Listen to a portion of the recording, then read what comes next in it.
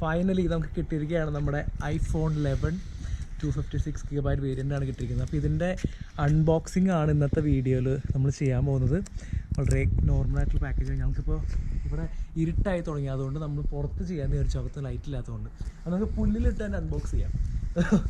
Just നമ്മൾ തുടങ്ങുകയാണ്. അപ്പോൾ ഇതിൻ്റെ നോർമൽ കവർ, സാധാ പാക്കേജിങ്, സിമ്പിളായിട്ട് വളരെ ഈസി ആയിട്ടുള്ളൊരു പാക്കേജിങ് ആണുള്ളത്. നമ്മളത് തുറന്ന് കളഞ്ഞത് പോട്ടെ. നമുക്ക് നമ്മുടെ അൺബോക്സിങ്. വാവ്, ഇതേ കിടക്കുന്ന നമ്മുടെ മച്ചാൻ. ഇതാണ് നമ്മുടെ ഐഫോൺ 11 ലേറ്റസ്റ്റ് വേർഷൻ. അപ്പോൾ ഞാനെടുത്തത് പേർപ്പിൾ കളറാണ് ഞാനെടുത്തത്.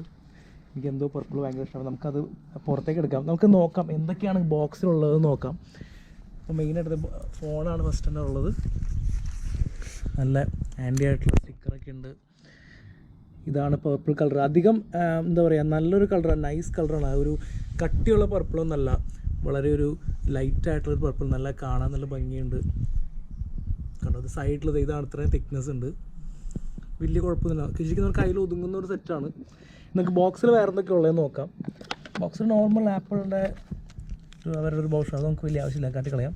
പിന്നെ ഒരു ചാർജർ ഇത്തവണയും അവർ നമുക്ക് നല്ല ചാർജറൊന്നും തന്നില്ല. സാധാ ഒരു 5V ചാർജർ മാത്രമേ തന്നിട്ടുള്ളൂ.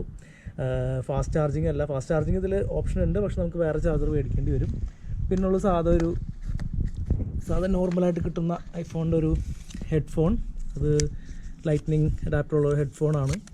പിന്നെ ഉള്ളത് നമ്മുടെ നോർമൽ ആപ്പിളിൻ്റെ ഐഫോണിൻ്റെ ചാർജറിൻ്റെ കോഡ്. ഇത്രയാണ് ബോക്സിനകത്തുള്ളത്. അപ്പോൾ നമ്മൾ നമുക്ക് ഫോണൊന്ന് ഓൺ ചെയ്യാം.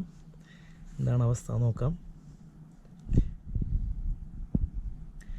യെസ്, കവർ നമുക്ക് വേണം. കവർ പൊളിച്ച് കളഞ്ഞേക്കാം. ഓക്കെ, ഓണാവട്ടെ. മൊത്തത്തിൽ നല്ല രസമുണ്ട്. നല്ലൊരു സ്ലിമ്മാണ്. ഞാൻ വിചാരിച്ചിരുന്ന വീഡിയോയിൽ കണ്ടപ്പോൾ ഒരുപാട് വലുപ്പം ഉണ്ടാവുമെന്ന് വിചാരിച്ചു, പക്ഷേ അത്ര വലുപ്പമൊന്നുമില്ല. അത്യാവശ്യം നമ്മുടെ കയ്യിൽ ഒതുങ്ങുന്ന ഒരു സൈസേ ഉള്ളൂ. കളറും എനിക്ക് വളരെ ഇഷ്ടപ്പെട്ടു. ഇതിൻ്റെ ബാക്ക് എന്ന് പറഞ്ഞാൽ ശരിക്കും ഗ്ലോസി ഫിനിഷാണ്. ഇതിൻ്റെ ബാക്കിലെ ഗ്ലാസ് ആണ്.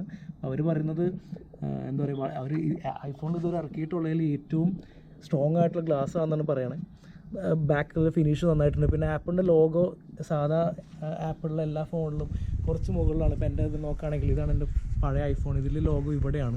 ഇത് 6S ആണ്. ഇതിന് ലോഗോ ഇവിടെ, ഈ ലോഗോ കുറച്ച് താഴത്തേക്ക് ഇറക്കിയിട്ടുണ്ട്. പിന്നെ ഈ 6S കമ്പയർ ചെയ്യുമ്പോൾ കുറച്ച് വലിപ്പം കൂടുതലുണ്ട് ഈ ഫോണ്. നിങ്ങൾക്ക് വലിപ്പം മനസ്സിലാവും. അതിൻ്റെ തിക്നെസ് ഇച്ചിരി കൂടുതലുണ്ട്. ഓവറോൾ വലിപ്പമാണെങ്കിലും ഒരു പൊടിക്ക് കൂടുതലുണ്ട്.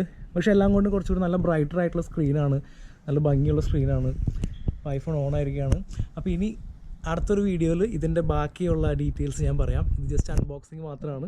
ഞാൻ നോക്കട്ടെ. അപ്പോൾ ഓക്കെ, അടുത്ത വീഡിയോ കാണാം.